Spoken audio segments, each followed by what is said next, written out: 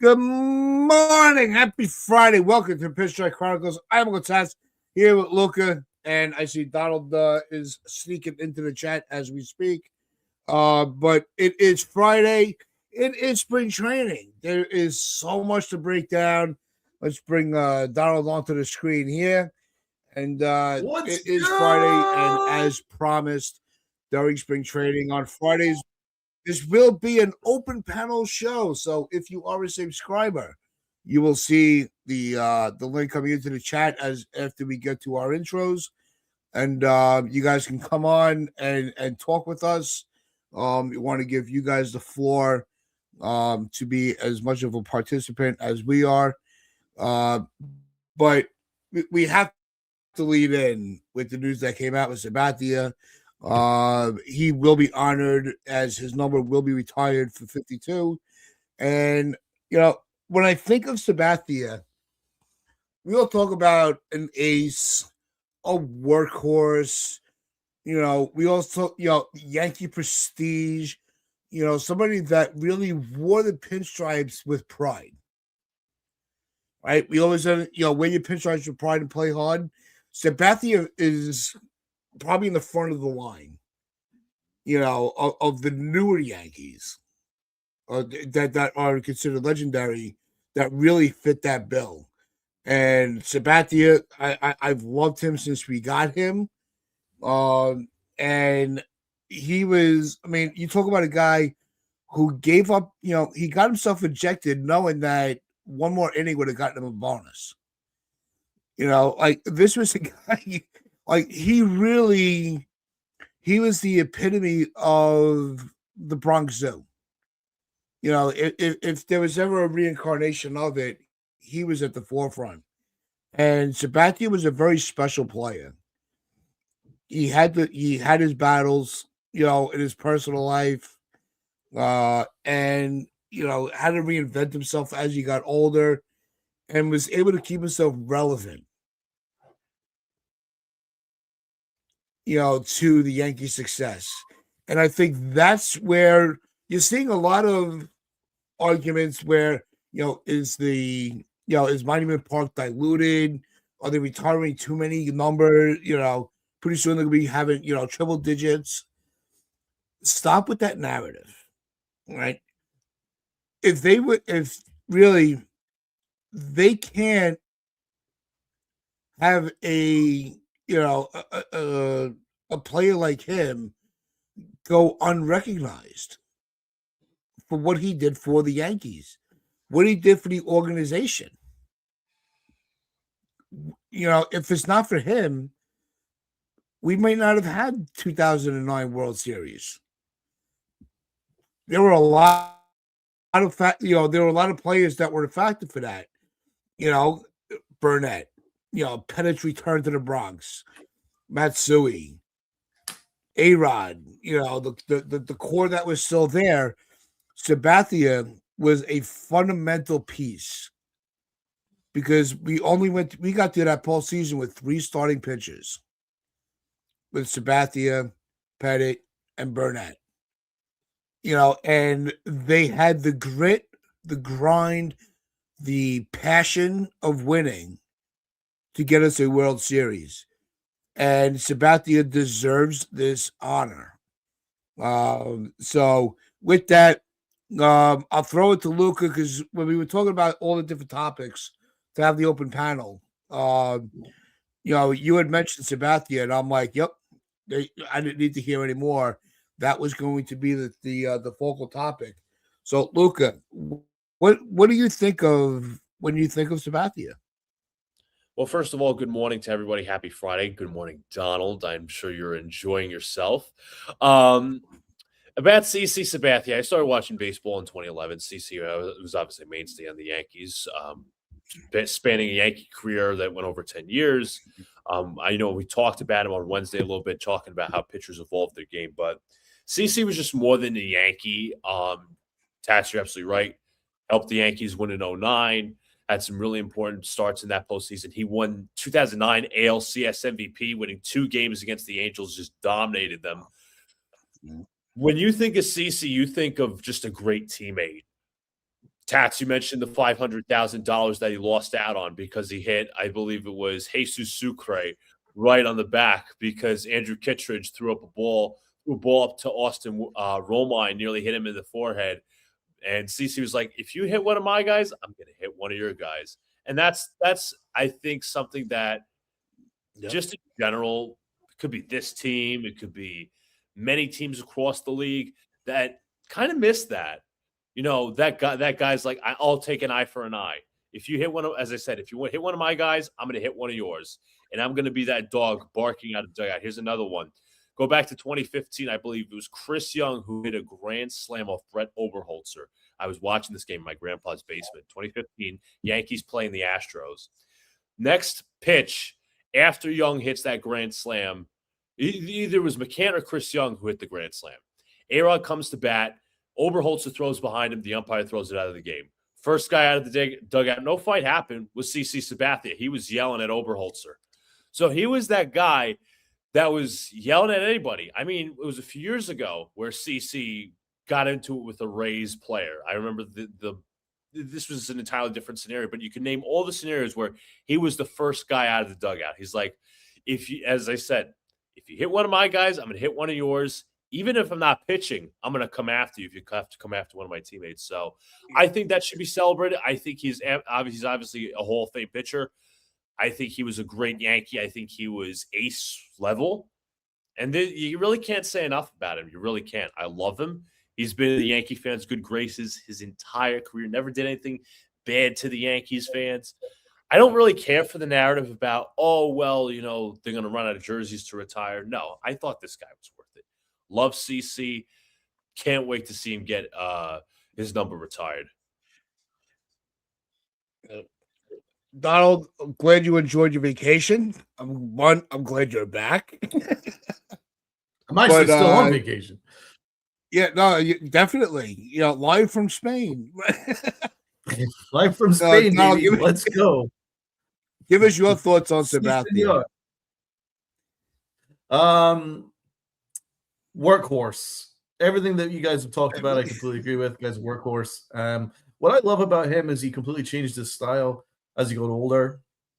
So he was a power pitcher for a long time, but then once he got a little older, and he got help for his addiction, he came back and he reinvented himself and reinvented a cutter, and he just dominated in other ways, more in finesse ways, and that's just who he is. The guy was just so reliable, great teammate, stand-up dude, absolute monster in the clutch, just a beast in clutch moments. Like, he was just like, give me the ball. He loved the big moments. Like, he lived for it. And don't forget what he did in Milwaukee. That half year that he spent in Milwaukee was absolutely ridiculous. The guy pitched a complete game basically every single night. And shout out to Brian Cashman, man, because he made sure that CC Sabathia left free agency as a Yankee. He just made sure. It was just, you have no option otherwise. It was just like, you are going to be a Yankee. It's like that simple. Yeah, and he made it happen. So. Exactly. It was just like, that was when Brian Cashman was Brian Cashman. That was like, he took no shit. So, no, I think it's great. I think it's great for CC.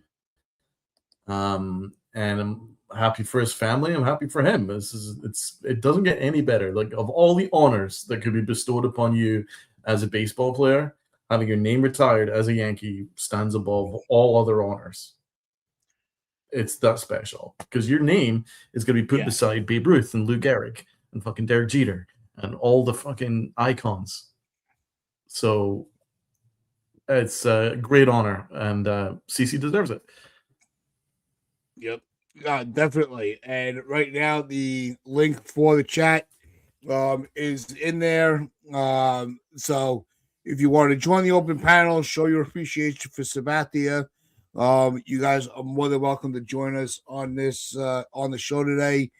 As we were saying, on Fridays until opening day will be an open panel show. So all are welcome to come and hang out with us, talk some Yankees baseball.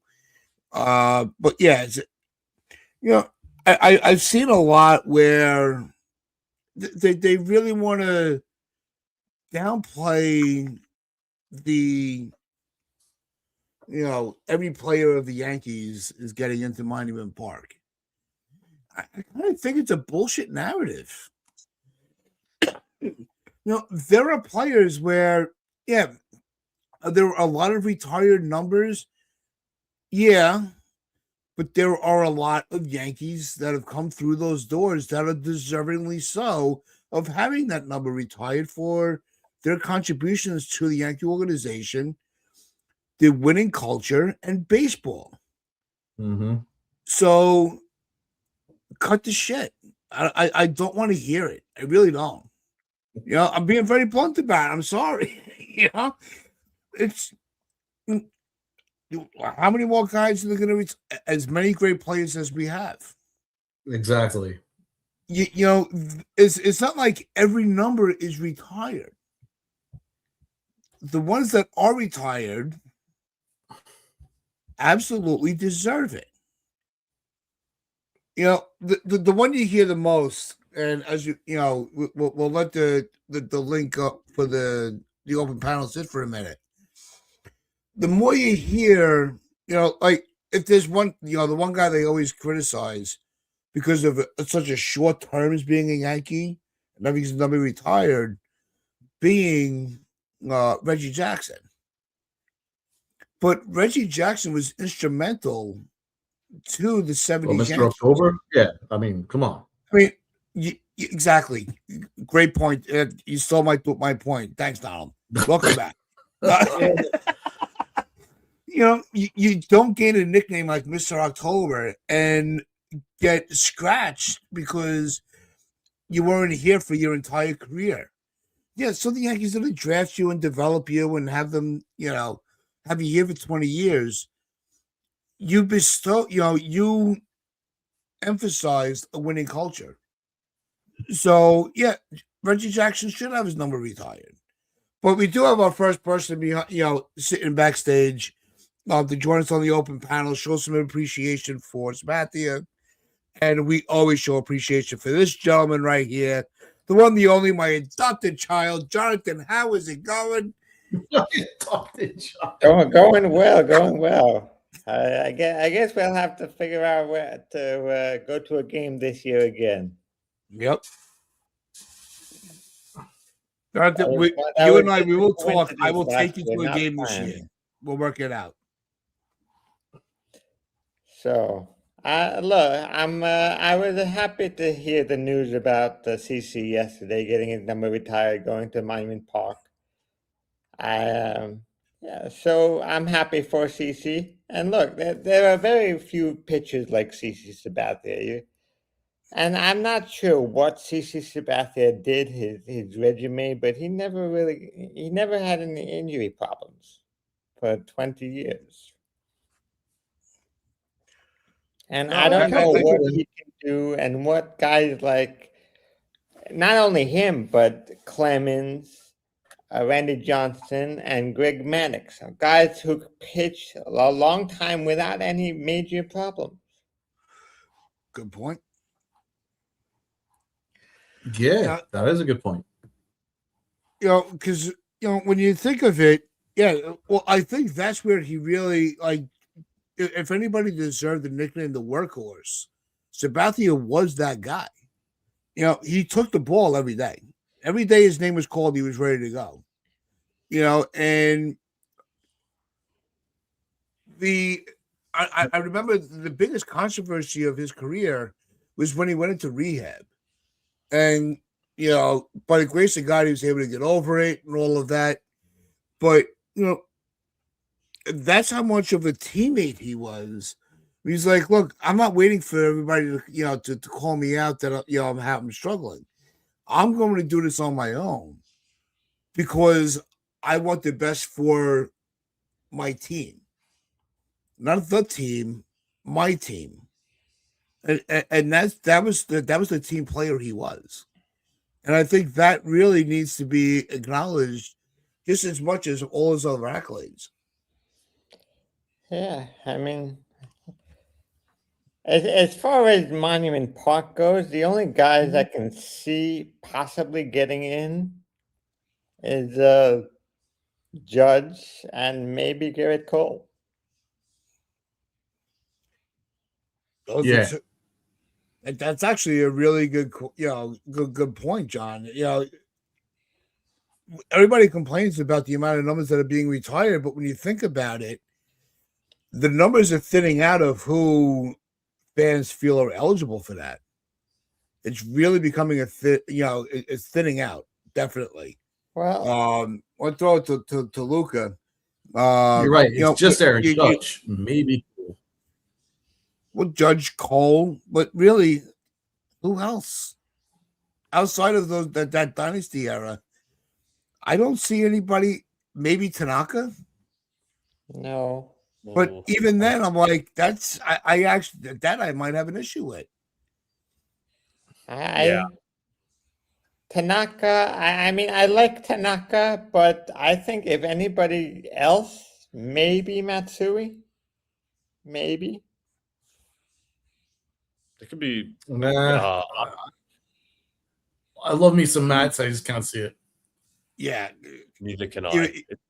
It's probably a best and honorable mention, but the one name that people bring up, and I even brought this up when I saw in my group chat with my friends that obviously CT was getting inducted into Monument Park. I mean, who else but A-Rod, number 13? Obviously, Chisholm's wearing it right now, so I don't think he's going to go in personally. Do I think he should? The answer is yes. I don't think it's going to happen because of just pure politics with the Yankee organization, but that doesn't mean CC shouldn't be honored for his contributions to the Yankees. I mean, he's one of many select pitchers that has 3,000 strikeouts over the course of his career. You're talking about the greatest pitchers of all time. I mean, Verlander's up there, Scherzer's up there. You have Pedro Martinez, Kurt Schilling, Clayton Kershaw, John Smoltz. I mean, that's I guess how some people underrate CC and say, hey, you know what? Did this guy get 3,000 strikeouts? Yeah, he did. Yeah, I think he's also one of 3 lefties with 3,000 strikeouts. Yep. Kershaw, CC, and Steve Steve Carlton's up there as well. So I think that's about 4. Yeah. 4 maybe. Yeah. Kershaw. I mean, it's a rare feat regardless. Yeah, of course. And you were right. He was always available for the Yankees. In 2009, he made 34 starts, 230 innings. And 2010, 34 starts, 237 innings. 2011, another 237 innings. This guy was just a workhorse, man. It was another 33-game start. It's 3 straight years of over 33 games pitched. 2008, between Cleveland and Milwaukee, made 35 starts, 253 innings. That's wild. 2007 with Cleveland, 34 starts, 241 innings. This guy was a workhorse, an absolute workhorse, man. They made another 32 starts in 2013 for the Yanks. They made 30 starts in 2016, 29 starts 2015, 29 starts 2018, the year before the end of his career. I mean, that's crazy. Guy was a workhorse. So you're right. There wasn't really any major serious injuries. Like, he was so durable over 19 years. Well, and to get to another topic, I want to talk about the Spencer Jones yesterday. I saw that. It's an open panel, Jonathan. You can bring anything you want to the table. What do you want to talk about? It would not surprise me that, based on just spring training alone, that Spencer Jones takes over the roster for Jason Dominguez, and Dominguez becomes a trade piece. That's fair. I'm so sorry. Not out of the realm. Remember, they just signed Randall Grichuk, so yes.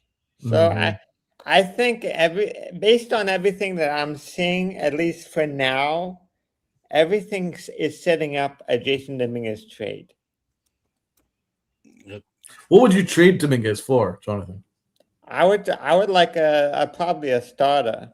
I would like either a starting pitcher or I don't know, maybe a couple prospects or maybe even a draft pick. But I mean, I'm not selling them for pennies on the dollar, Jonathan. No. No, You know what not I mean? pennies on the Yeah, dollar, but like if you can get a high draft pick in the compensation pick in the 30s, especially after dropping 10 spots, that's an additional what? Almost $2 million in your draft pool? Oh, it's fair. well, we do have another guest sitting backstage. We're gonna bring him in for his thoughts on Sabathia and anything else that's on the table. Let's bring in Stephen B. What is going on, Stephen? Good to see you on the channel. Hey, Hey, my hey, God, Donald. my boy, Yeah, how you doing, man? I have a very limited voice right now. I'm kind of dealing with strep throat, but I wanted to come on. We appreciate you, bro. Yeah, CC was like a bulldog. He always was evolving when he was in our time for Yankees. He went from a power pitcher to like a keep on dominating with less stuff and hitting the corners. It was one of the best pitchers we've seen. He was like kind of almost learned a lot from Andy Pettit. Like, Yes. Yes, Yeah, that's I right. think another part of CC's game that I think really went, unrecognized, for lack of a better term, in the moment. When he did not have the velocity as he did when he was younger, he was able to reinvent himself as that finesse pitcher. Where he was just as effective throwing 93 as opposed to 97. He was still that. And don't forget, I think it was 9 straight games that he took the ball after a loss that he went, pretty much carried, put the team on his back. Well, And didn't that was Mariano do a the big same part of thing? his game. Mariano did the same thing. When he was coming up, he was throwing 95 to 96, and towards the end of his career, he was throwing 91 to 93, still with great control, and he never stopped pitching the way he pitched. But he just changed his routine a bit because he couldn't throw so hard anymore. I mean, Yeah, also, his also as well, Tats, you adaptability mentioned a is great point. unmeasured. I was gonna say, Tats, you mentioned a great point about CC. Coming in, 9 games straight after a loss. I mean, he was kind of like the successor to what Andy Pettit was called the stopper. I Yeah. think it's very much worth mentioning of that.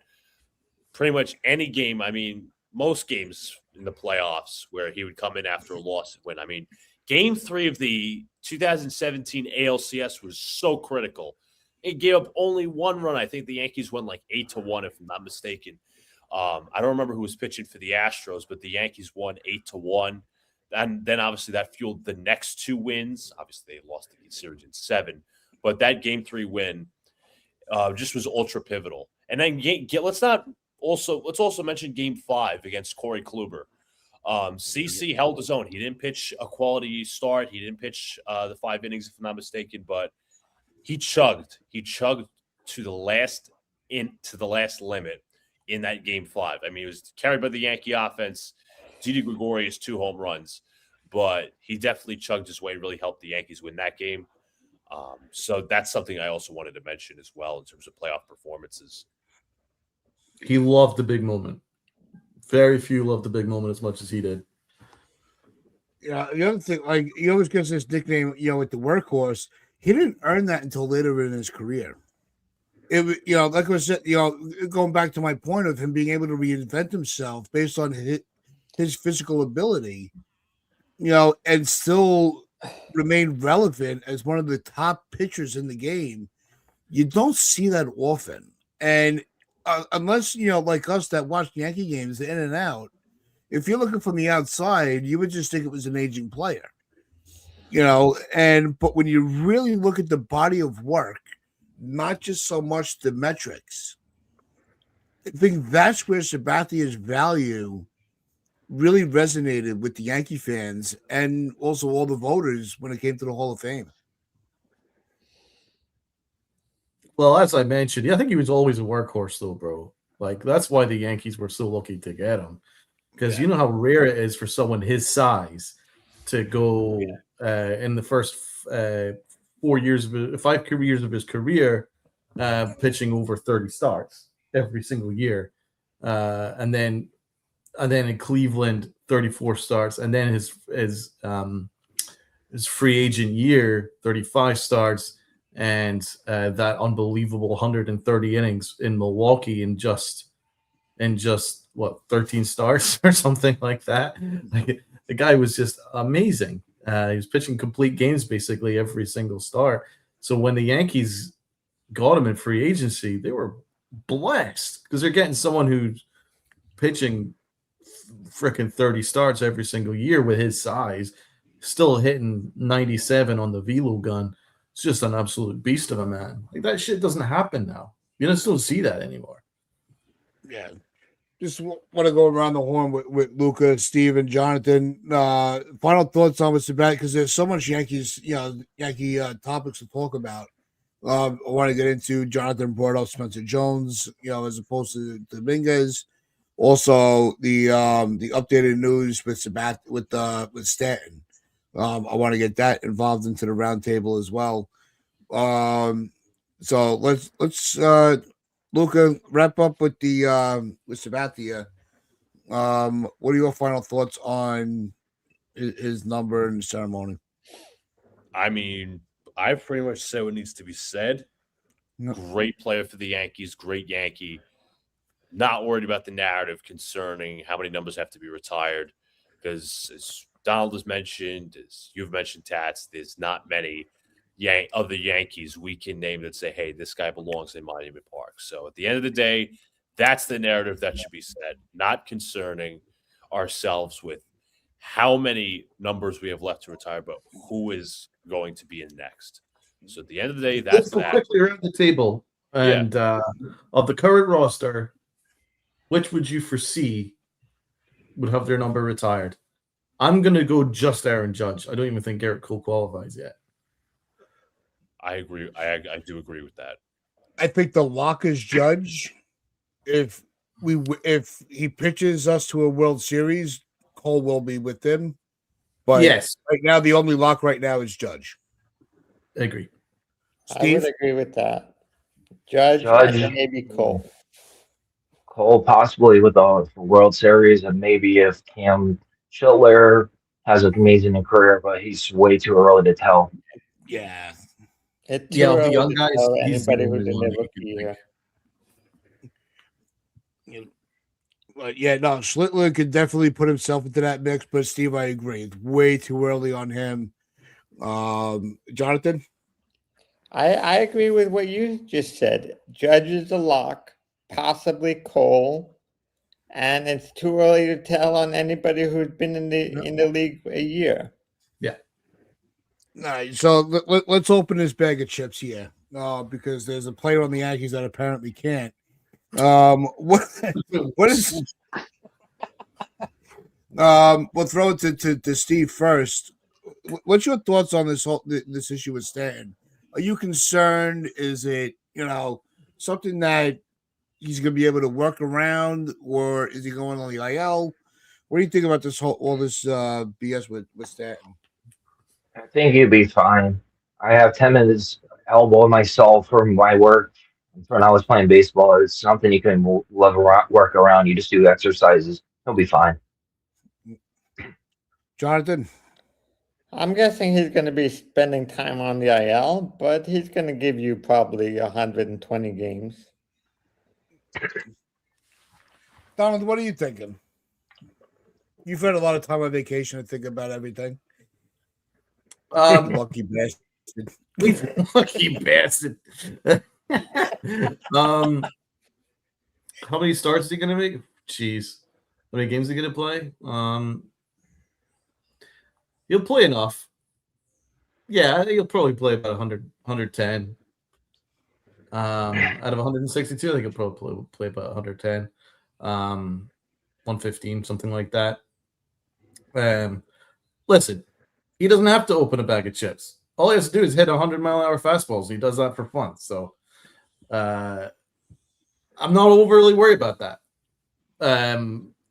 It's not a great sign for him, like moving on, like his post baseball career. Like, Yeah. his elbows are cooked. But I mean, listen, that was exactly the same last year. He couldn't open a bag of chips last year either. He couldn't move his elbows, and he had an 1,000 OPS, and he was on course to hit like over like 45 home runs if he played a full season. Like, that dude had a monster year last year. So not overly worried about that, but obviously it's not a great sign. Not a great sign. I'm sure Stanton didn't mind playing 100 games and getting paid $20 million for it. That's not. That's his Stanton's a mentality. competitor. It kills him when he misses a game. Yeah, I don't think he likes him. It's a cheap shot, Jonathan. Now you got to buy your own ticket when we go to a game. Yeah, you might get yourself removed next time for that. No, Luca, what do you think about everything with Stanton? Slightly worried because this is an ongoing issue for at least more than a year. I mean, obviously, go back to the World Series, he was playing with those tennis elbows, but regardless, as long as he's healthy and ready for the postseason, Duke could play 90 games, 50 games, whatever. I mean, I don't see this being a concurrent issue, just like the rest of the panel. But as long as he's ready for the postseason, ready to hit, and at least as long as he's ramped up as well, not obviously just not playing 0 games and then heading into the postseason, just having some sort of ramp-up period. Okay, he's ready to hit, his timing is there, and then make the further adjustments. So at the end of the day, I'm not concerned if he goes into the postseason and he starts hitting dingers, which last season was actually quite the anomaly because years prior, dude was mashing in the postseason. Didn't matter what game, didn't matter what series, what opponent. He's been clutch in the postseason. I don't think we should forget that. Yeah, it's, I find it, I think the blame is on me. As you can see, I got a brand new shirt on that just came in the mail a couple days ago that I ordered. Oh, show it off for the people. And so, Stanton 27, and Antoine Stanton show, I was so hyped up about him, I ordered a shirt with his name on it. And then as soon as it was delivered, the news came out. I'm like, fuck, I jinxed him. So I'll take all the slinging arrows. Is the news that he's going to miss the start of the year? No. The news that he couldn't open the bag of chips. Oh, okay. No. I don't know if he's going to miss any time. Look, this is Stanton. If you're shocked that he's going to have an issue, then what rock are you living under? That's one. And look, just get him healthy and just navigate his health to the postseason, and I feel the Yankees will be okay. We always talk about these guys that they're regular season renegades, where they carry us to the postseason, and then go into hibernation. Stanton's the opposite. Stanton elevates himself, and his focus is all in October. So if he's healthy for October, I'm good. And I would bench him till October if I could. That's just the way I feel about it. But to your point, I wouldn't be against them if he needs to go to the 60-day AL, bring him back in August when he's ready, and have him a good 2 months plus the postseason. I mean, I think the 60-day AL is a little bit extreme on that, but it's, I don't think it'll be that because he's not on the IL. It's not like they're putting him on a 10-day, and whatever it is now, where we know that he's going to be right now. He's still on his regular routine, and if he was still able to swing if nothing was fixed, he was still able to swing the bat the way he did last year. To what Donald was saying, I'm not hitting the panic button. This is, there are other players on the roster you get the panic button for this issue. I don't think Stanton's one of them. I know he's tied up with work and can't come on the panel right now. Bring up this comment here from TC. Yankees signing Grichuk told me that Stanton will be on the IL to start the season. One, I hope not, but I also think, is Grichuk the right guy for a backup plan for our outfield? I want to throw that around the panel. What do we think about Randall Grichuk? Well, the Yankees needed to improve their bench, and I think they've been slowly doing that over the last 5 weeks with all these minor signings. So I think they have a stronger bench than they did last year, which was a weak point in the playoffs. Steve, what do you think about the Grichuk addition? It's a good to have depth further. I mean, we do need a right-handed bat off the bench for the outfield, but a lot of the players we have are all versatility. We really don't need a fourth outfielder at this point because you have Rosario can play outfield, you got Cabrera that can play outfield, Bellinger can play center or left. You could Grish that. They have a lot of guys that can play out in the outfield. It's not a major upgrade, in my opinion. Donald? Plus, you got Jason Dominguez and Spencer Jones that are like knocking on the door. I mean, Spencer Jones is literally hitting balls into the parking lot. yeah. I mean, every time I log into Twitter, it says Spencer Jones hits new home run into the parking lot. I mean, Jesus Christ. And this guy is going to be stuck in AAA. And Jason Dominguez is my boy, and the Yankees refuse to play him. So, I mean, I don't know. I guess. I don't hate the Grichuk pickup. Like, he's good, and he always kills the Yankees. So, I'm kind of cool with it. But, I don't know. It's the Yankees are. What I'm worried about is that they're going to give too many at bats to journeyman. They had that problem a couple of years ago. That year when Aaron Judge broke his toe, and he was out for 2 months or 3, however hell it was a nightmare. That entire time that he was out, they gave all the at bats to journeyman, and you learned nothing from that. You gained nowhere from that. You didn't even step forward. That the only time anyone got any hope from that season was when they finally played Jason Dominguez, and he looked great. So, I mean, I still believe in playing kids. I still believe in developing them, and I still believe in using your farm. So I don't want to overuse these journeymen who have no future. Just kind of seems pointless to me. And also, I completely agree with Stevie B. Yeah, he's a good pickup. On paper, fine, no problem. No one's going to complain about it. But is it really a need? What's that? Does that mean that Oswaldo Cabrera doesn't make it, or what does that mean for Rosario? I mean, all these dudes play outfield as well. So I don't know. It seems kind of pointless to me. Do you see any scenario where Jones makes the opening day roster? No. I could see if Grisham lands in the IL. Yeah, Dominguez would have to go down for Jones to get a shot. No, there's no other avenue. And with Grichuk, also want to point out it was a minor league deal. It's not like he was signed to a major, 1 year major league contract. He can get, obviously he can get moved up. That's obvious. But he's not here to replace anybody. I think he's here to reinforce some of the depth. No one's going to complain about it. If I was to guess, Spencer Jones would probably be 6th on the pecking order. Just trade Jones. Just trade him at this point. You're not going to use the 3 outfielders. Then he's already in his mid-20s. Yeah. Then I think Grichuk and these kind of dudes would get a priority. Jason Dominguez would then get next priority, and Spencer Jones after that. Yeah. So I still am curious why they didn't bring up Jones last year.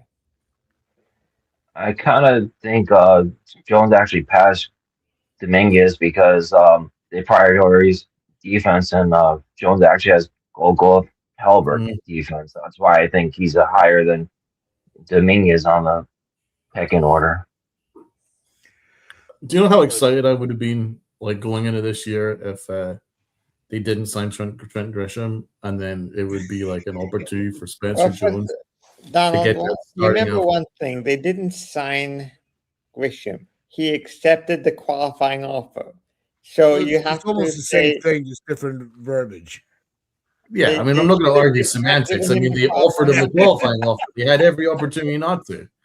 They could have just not offered him the qualifying offer. Exactly. That's what you said. They could have also said, if you want to come back, here's $10 million, and that's less than half of what the qualifying offer was.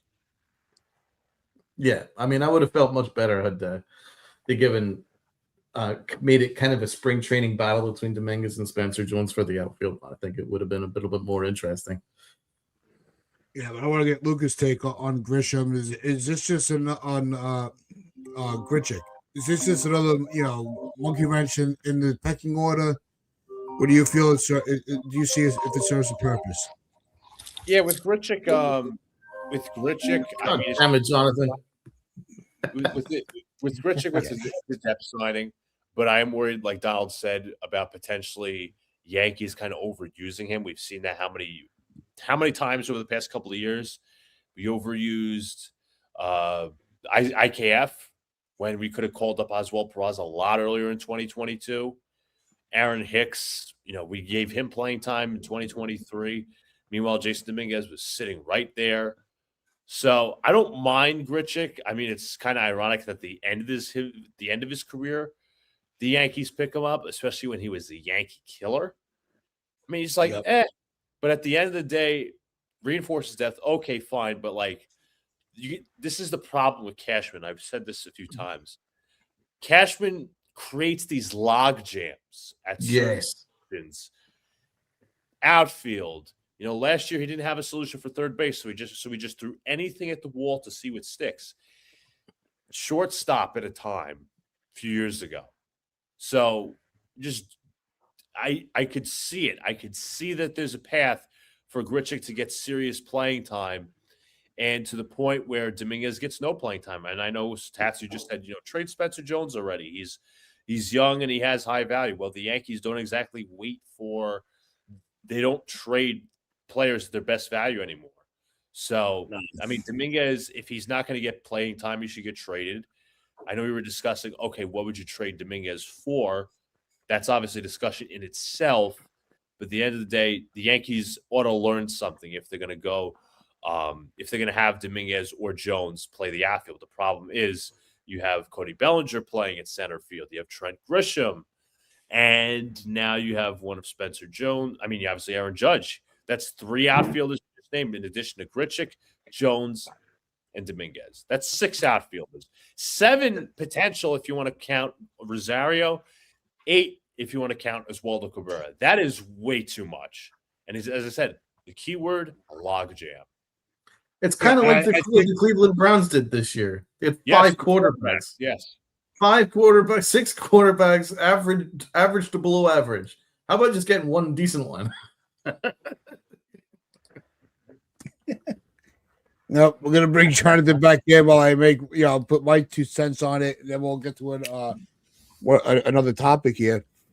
Look, the Grichuk, yes, minor league deal. Here's my fear of this whole thing with Randall Grichuk, Verdugo. Just another established player. I'm not saying star player, established player that's going to push back the progression of the youth that we've been hearing about forever. It's all we keep hearing about is we got this guy in the pipeline, we got this guy in the pipeline, we got that guy, and they bring in these veterans to kind of fill the void when there's an issue, and then they just leave them there. And there's no real growth. And not just hold on, Jonathan. You're not just affecting Dominguez now.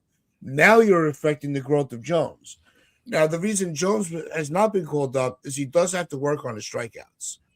His plate discipline is still a work in progress. Am I seeing a little bit of improvement? Absolutely.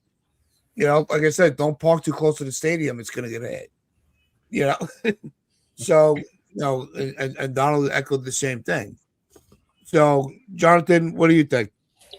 I think the Yankees need to make a decision. If they think that one of the young kids are ready to play, they have to make the decision early and play him every day, just like they gave Volpe. If they really are that strongly for Jones, they have to play him every day, regardless of how he's doing.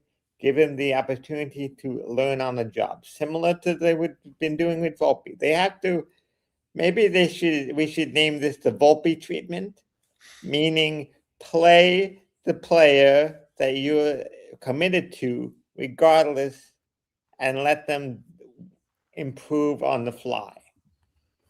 So are you That's saying the that only Donald? way. Are you saying Donald should change the name of his solo show to Volpified? Maybe, Oh, God. Let's say that name. maybe. Jesus God. But he hadn't done a solo show in a while. That's true. Thanks, Jonathan.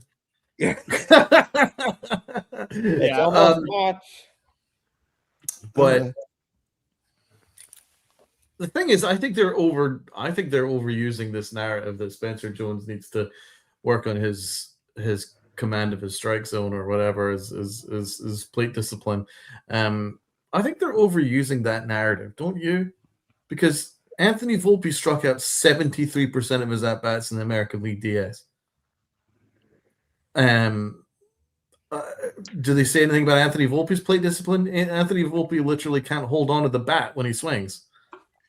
Yeah, but Anthony Volpe's a local kid that likes chicken parm. Exactly. But he is more of a danger to the people in the stands with that bat than he is with hitting the ball. But there's no one ever says anything about the fact that Anthony Volpe strikes out a ridiculous amount of times. He doesn't have any plate discipline whatsoever. Well, and so I think honestly, what I'm saying is the Yankees pick and choose. They pick and choose what narrative. At the moment, it's Spencer Jones' plate narrative, or Jason Dominguez, who can't play left field. Well, who forced him to play left field? Who keeps changing Spencer Jones' batting stance? I mean, it's like, you know what I'm saying? So they have one narrative depending on what they need to push. At the moment, they need to push that Spencer Jones isn't ready. At the moment, they need to push that Dominguez isn't ready.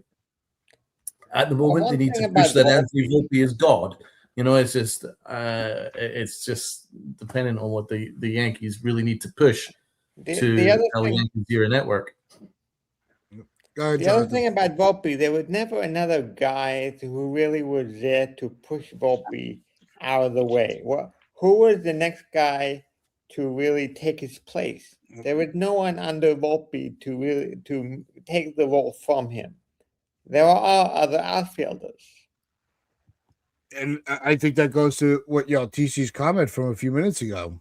Why is it we have 100 outfield prospects but no third base or short base prospects ready to go? It is crazy, and it's absolutely insane. We have tremendous outfield depth. We have pitching depth. Where's our infield depth? When's that going to come? Well, George Lombard looks like he's pretty smooth. Lombard looks good. I think Lombard will be called up this year. That's so this year, but he's. I could see him called up in September. Maybe. We always said that about Spencer Jones, though, and he never did. And look, if Volpe gets injured and out for a long time, I wouldn't be surprised if Lombard is called up. Well, I would love that. Let's throw that question around. When is it? When is it too soon or too late to call these guys up? Because you look at the ages with Dominguez and Jones, 22, where I think Jones is 26, 25, 26 years old. Even Judge got called up later, and he wasn't an early call up. So you always keep saying they're not ready. At what age, or how many years do they need in the minor leagues before you say, you know what, they just don't have it? I don't know. 3 years if they sign it. 3 years if they sign over 20 years old. 4 years if they sign 20 and under. Steve? I think it's based by big case for the prospect. Sometimes some of them are advanced than others. Some are that it really depends on the prospect. It has to really get a good feel for it at AA, because when you go from high A to AA, it's like a huge jump, and the same thing from AAA to the majors. You gotta give them time, really give them a lot of playing time every day at bats and let them adjust. You can't just throw them in and then say, "Oh, you're not doing it for a week," and say, "Oh, you're getting benched." It really needs a lot of playing time and every day at bats. It really depends on the player. Yeah, they did that to Clint Frazier. They did that to Florio as well. Yeah, Call him up, played him for that's another a game, and then sent him down again. Yeah, they just wait and wait and wait. Luca, what do you think? Yeah, they essentially taxied Clint Frazier and Esteban Florial nonstop. But I think it's, as Stevie B said, select cases. It really depends, because you had guys like Bryce Harper and Juan Soto coming up at such an early age, 19 years old. Now, guaranteed, not every prospect's going to be 19 years old. But you think of guys, let's go with Volpe's case. Volpe is obviously underperforming. He should be gone by now. Lombard, I think he needs another year, another 2 years. Spencer Jones should be ready by now. He should be given the ticket, say, hey, you know what? You're one of our top prospects. We're going to give you, not essentially carte blanche, but we're going to try to have you earn that spot. But once again, I just talked about it. The stopgaps and the log jams. That's been a consistent theme for the Yankees the past couple of years. Peraza lost because Volpe won.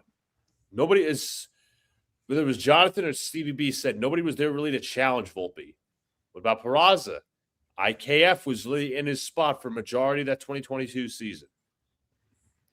Clint Frazier was sitting behind Brett Gardner and Aaron Hicks. Dominguez was sitting behind Verdugo. So it's very specific in each case. But also Donald said, which I agree with, they are very selective with expectations.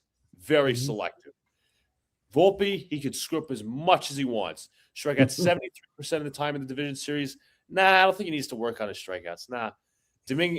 Spencer Jones, that guy, listen, he hits home runs, but he's got to really tone down the strikeouts. No, that's a lot. It's arbitrary. It's incredibly arbitrary. It depends, and it's very selective.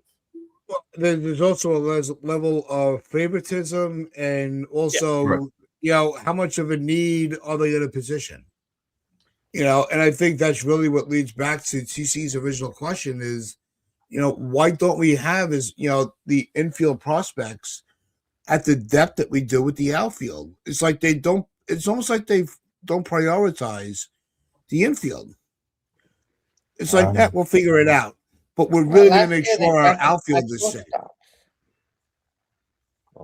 Last year, Uncle Tats, they actually drafted, I believe, 6 shortstops, and a lot of them are actually from college. Then the shortstops the most athletic, so they can move them to third or second, like Jonathan said. Yeah, they could. This isn't like football where or basketball where you see your draft picks. You see the effects of them right away. Yes, drafting well in any sport is valuable. I'm not going to argue that. But in baseball, there's such a different trajectory from the draft day to your debut. If there were ever, you almost got a better chance of hitting the lottery than being drafted and making the Yankees. Yeah. And to me, that is a big problem. And it's not so much the players. I think the biggest spotlight on that whole issue is more the development of these players. And the development of the players, when you look through, they do just fine until they get to which level? The major leagues. The major league coaching is the issue. That's why these guys aren't, panning out. Well, because one, they're not disciplined. And, once you get to the major leagues, they want to change everything you did that got you to where you got. Because they know better. This is the major leagues. We don't worry about it. Don't worry about your approach in AAA. Don't worry about that. That's garbage. We want you to uppercut it this way. You'll hit more home runs. You'll do better. Your launch angle will be better. Like that's where there's no consistency through the process. If that's the same philosophy that's taught in Signal A should be the same philosophy that's taught throughout the entire organization. Yeah. That's my take. Do you agree, Luca? If that truly the case, then I think it might be time for Boone to go, because You like Boone though. That's your favorite manager. why would I like Boone? I much prefer Girardi. I think you could do a better job than I Boone. might be confusing you with somebody else. Is that what you're saying? Luca, what's your thoughts, man? What I was going to add was, Tats brought up some great points. See, what's funny? Go over the past couple of years. They bring these coaches up from AAA. Marcus Timms was in AAA. PJ Pilitera was in AAA. Dylan Lawson was in AAA. It's like they try to throw out, how would I put this? Put the wool over our eyes, and then they fire these guys. Oh, these are great coaches coming up from AAA. Then they fire them. Meanwhile, as Tats was saying, in minor leagues, this is where the prospects are at their peak. Yep. That's where at their peak, because the coaching down there is somehow better than the majors. So it's sad, but once again, the system down in AAA is different than Major League Baseball, because when these, as I said, Dylan Lawson, PJ Pilitera, Marcus Timms all come up to the big leagues, it's a completely different system, and they look like the idiots. Meanwhile, and I'm not saying I'm not trying to paint them as like martyrs. They did great at their job, but clearly something was working in AAA that wasn't working in the big leagues, and the Yankees have a major hand in that. So it's not like they're straight up horrible, but at the same time, there's clearly discrepancy when you're seeing Jason Dominguez do different things in AAA as opposed to the majors. We could go on for days about that. But at the end of the day, it's the big leagues where these kids are screwing up, and they're doing absolutely nothing to help them with their issues. Instead, we're just going to log jam. In the case of Anthony Volpe, you're going to play through your issues. You're going to screw up as many times as possible. We're not going to hold you accountable on so many fronts. But if you're like Jason Dominguez, Spencer Jones, whoever, Oswald Peraza, yeah, we're just gonna throw a veteran in there to log jam you from actually reaching your potential. So at the end of the day, it has been major league coaching. It's been major league roster management. It's also been in terms of roster management, it's all about the service time. Don't forget that, folks. Service time is huge when it comes to the Yankees calling up prospects. That's why Peraza was called up so late. That's why Dominguez was called up so late. Wouldn't be surprised if Spencer Jones was the case as well. So many factors. Let's finish off with where weekend of spring, right? So I want everybody to mention one person that has stood out to you the most so far in this 1 week, and we'll keep doing it each week. So let's start with Stevie B. Who has impressed you the most in spring so far? For regulars, Judge, but for the minor league players, Lombard Jr. with his defense. It looks beautifully graceful out there, to be fair. Jonathan? Well, I like Lombard defense. I'm looking forward to seeing that more. But I actually like Jones' power. I would like to see that every day. Mm-hmm. Look. In terms of defense, I mean, you guys mentioned it. George Lombard with that beautiful barehanded play. But Paul Goldschmidt has turned it on in spring training. Now, I'm not saying he's going to be this great thing in the regular season, but given the sample size we've seen, we can only go by what we've seen. I think he's played very well. I think he's going to be integral as a bat off the bench and a glove off the bench this year, especially that they brought him back in his senior age. Don't let him take away reps from Ben Rice, but you need somebody. Just because he's going to be on the bench, or at least should be, doesn't mean you should underestimate his value for the Yankees needing depth, and him hitting lefties, hopefully at a better level than last year towards the end, would be absolutely crucial. Great shout with Goldie. He really has actually surprised me. He looks fantastic. So he's probably working himself into even more playing time than maybe we anticipated if he continues to play like this. But my answer, Spencer Jones. It's crazy. He's my boy. I prefer him even to Jason Dominguez. I always have. I just think that someone that versatile and with that speed and with that ability to play the outfield plus that power that to the moon, that's something that you really should be trying to make use of. But they keep finding excuses not to. So what can I do about it? But that boy looks like he's major league ready, in my opinion. I think he's major league ready. That power is major league ready, and his outfield ability is major league ready. So what are we doing here? So Uncle Ted. Yeah, first, I know, Jonathan, I know you just said in the private chat here, you got to get going. I want to thank you for hanging out with us today. Always appreciate you. And definitely text me. We'll work out a schedule. We'll go to a game together. On you, of course. Your treat. So, but no, we'll work something out. We'll get together, hang out at the stadium. But thanks for hanging out with us on the open panel on this Friday. Jonathan, enjoy the rest of your day, bro. But no, look, I think that, I mean, defensively, I don't think you could argue that Lombard has really shown that his progression is where we want it to be.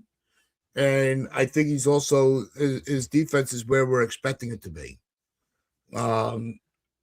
Offensively,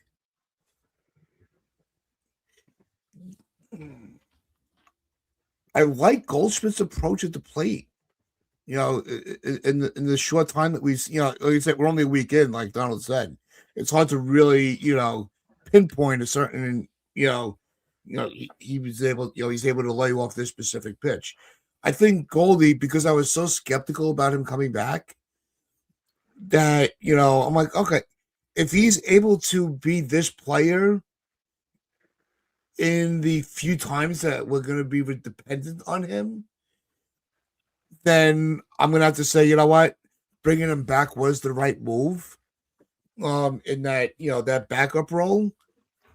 So defensively, I have to go with Lombard, because we've talked about him so much over the years.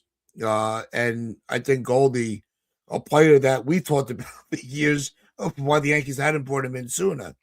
So those were the two guys that have really stood out to me. There's for the pitching side, Uncle Tad's Amar Rodriguez Cruz has been a good one, and LaGrange for pitching. All their pitching players have been looking really good. It's a great point. TC mentions Ryan Weathers. Weathers look really good. Lighting up the radar gun. Yep. His pinpoint. Ryan Weathers. We knew the name. We've seen it, but we've never really watched him. I think he's another one. He's that guy. When you're watching him, you're like, wow, he really hits his spots really well. His ball movement is very accurate. So I think Ryan Weathers has kind of been a surprise. I agree. Yeah. Well, Steve, Big U are the guest today. Want to throw it to you. Anything else that you want to talk about in front of all of us? Anything else you want to bring up? Recap something else that was said? No, thanks for letting me be on, and thanks for I always support you guys, and it's always great to come on with the open panel. I'm sick, but I'm still here, just trying to support you guys. Awesome, man. Thank you so much. Feel better, We don't bro. take your friendship for granted. Thanks for your support, my guy. Yeah, and then if you guys ever want, I always do an open panel on my show, CSMD Yankees, and you guys are always welcome. Drop your channel link in the chat before we sign off. And definitely, everybody, go support Stevie B. Great guy, great Yankee mind, great friend. So definitely give him the support. But I'll stall a little bit to let him type it out. But I do want to thank everybody that did participate in the chat. Hope you all just remember Fridays until opening day will be open panel. So we'll be putting a link out throughout the show. We also have a list of a variety of topics to bring up. So we look forward to bringing that all to you guys. Donald, glad you're enjoying your vacation. Thanks, you boy. son of a how's Spain? See the abuse I get?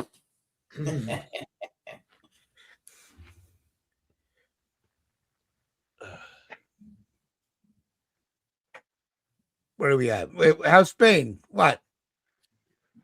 No, no, it's great, man. It's awesome. I fly home tomorrow. Oh, nice.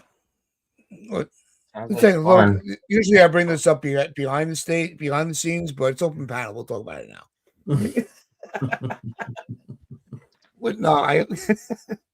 No, Steve, Jonathan, it was great hanging out with the both of you. But yeah, definitely go and check out Steve's channel. Want to thank everybody. Hope everybody does enjoy their weekend. We will be back next week as planned. So make sure you hit that like button, hit that sub button, share this out, your friends, your family, the strangers on the corner. Since Bitch Like Chronicles, I'm Uncle Tass, Luca, Donald, Stephen B, Jonathan also earlier. Make sure you wear those pinstripes of pride, just like Sabathia did, and play on. Let's go.